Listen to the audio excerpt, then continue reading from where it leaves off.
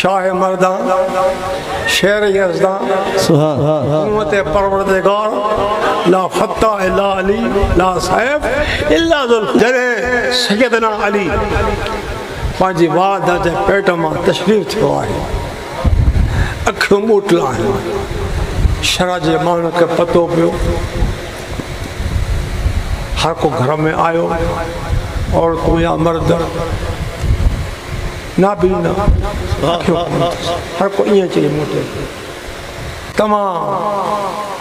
अम्मा सान रोशान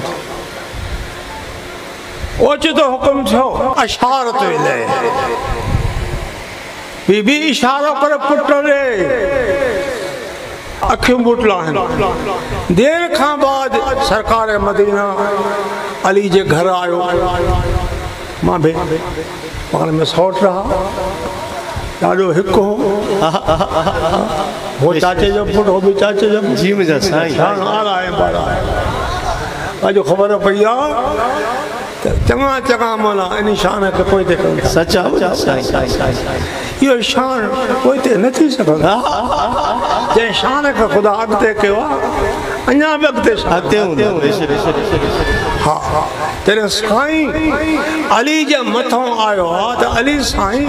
अखियुनि खे पटे सरकार जे चेहरे पाक ते निहारियो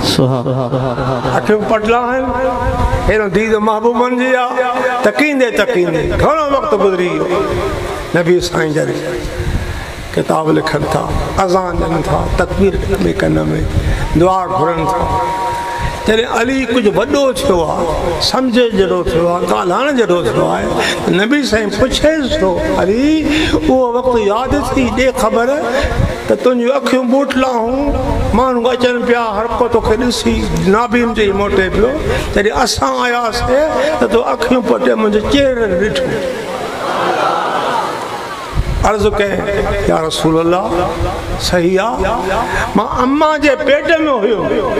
त अल्लाह खे अर्ज़ कमु त मुंहिंजा मौला जॾहिं अम्मा जे पेट मां निकिरां त मुंहिंजी पहिरीं दीद मदीन जे मोर जे पास सुभान अल्लाह सुभान अल्लाह ही चेहरो चेहरो हालांकि आशिक़नि जी अखियुनि खां ग़ाइब आहे पर दिल वारे दीद सां आशिक़ ॾिसी रहे दिल वारी दीद सां आशिक़ ॾिसी रहे थो हीअ दीद उन्हनि खे मिलंदी जंहिंजी दिल मुस्तफ़ा सां ॻंढियल आहे जंहिंजी तार पुख़्ती आहे जंहिंजो कड़ो साईं सां पुख़्तो मिलियल आहे क़यामत जे ॾिहाड़े में इहो ग़ुलाम नबी जे पोयों हूंदो को कांजे पोयों हूंदा को कांजे पोयों हूंदा जिनजी मोहबत मुस्तफ़ा सां पंहिंजी जान खां वधीक पीउ माउ खां वधीक औलाद खां वधीक ओ नबी जी आगोश आमीन आमीन आमीन आमीन